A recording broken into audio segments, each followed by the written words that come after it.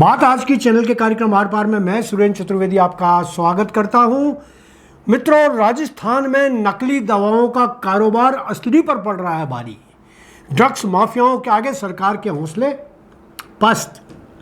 राजस्थान में रोगियों की कोई खैर नहीं। नकली दवाओं ने बाजारों में अपना साम्राज्य स्थापित कर लिया है।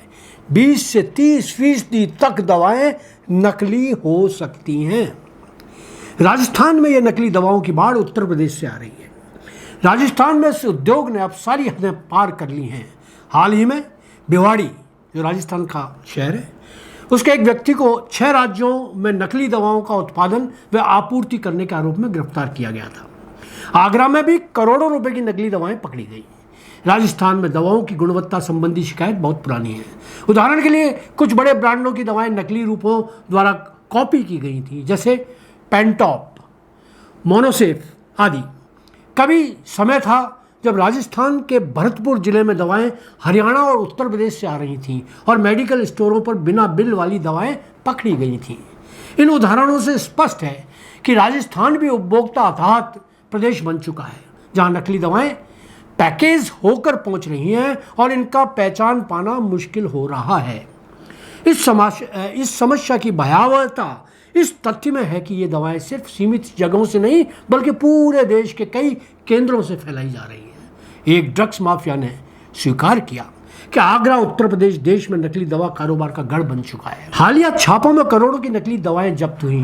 रैकेट के ठिकानों से नकली QR कोड, डमी फर्म के कागजी मिलावट विद्यमान पाए गए।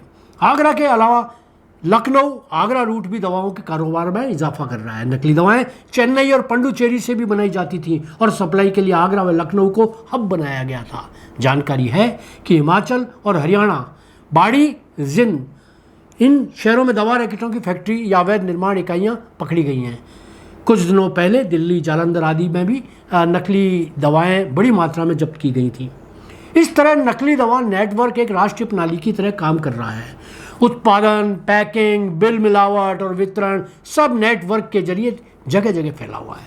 ये नकली दवाएं गुर्दे, लीवर को ठीक करने की जगह और खराब कर रही हैं। इनसे रोग प्रतिरोधक क्षमता गिर रही है और आकस्मिक मृत्यु के आंकड़े बढ़ रहे हैं। ताज़ा जानकारी है कि राजस्थान के सीकर जिले में एक 5 वर्षीय बालक की खांसी की दवा से ही मौत हो गई। प्रशासन ने जांच का आदेश दिया है। इन दवा माफियाओं की ताकत के पीछे उनके राजनीतिक गठबंधन भी हैं। विभाग के कई अधिकारी भी बेईमान और बिके हुए हैं।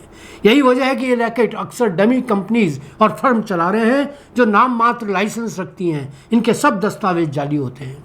नकली QR कोड, बिल, जाली लेबलिंग का इस्तेमाल किया जाता है जो उपभोक्ता को धोखा देता है। यहाँ दुख की बात है कि दोषी जब पकड़े जाते हैं तो वे रिश्वत के लेन देन, मनी लॉन्ड्रिंग, भ्रष्टाचार नेटवर्क के सारे बच जाते हैं। नशीली दवाओं व नकली दवाओं का व्यापार कभी एक ही नेटवर्क से जुड़ा होता है। इसी क्षेत्रीय चुनाव से पकड़ना और दोषारोपण और भी जटिल हो गया है। यहाँ बता दूं कि नियंत्रण निरीक्षक, लैब जांच प्रक्रिया, राज्य औषधि नियंत्रण विभागों की सीमाएं और संसाधन की कमी इन रैकेटों को खुला रास्ता दे रही है। नकली दवाओं का कारोबार अब सिर्फ अपराध नहीं, यह जीव घातक महामारी बन चुका है। राजस्थान में इसका बढ़ता प्रसार, आगरा माफियाओं की सक्रिय भूमिका और कमजोर नियंत्रण प्रणाली इस समस्या को सामान्य नहीं होने दे रही। अगर हम समय रहते सख्ती और प्रणाली सुधार ना की गई हमारी, तो हार उन लोगों की होगी जो जिंदगी की दवाइयों के भरोसे हैं। अंत में यह भी कि राज्य के बहुत से डॉक्टर्स भी कमीशनखोरी से माफियाओं के पार्टनर बने हुए हैं। अजमेर, भीलवाड़ा, अलवर, जयपुर और कोटा के कई डॉक्टरों को मैं जानता हूं जो अपने फार्मूले देकर दवाई कंपनी चला रहे हैं। धन्यवाद। आज इतना ही।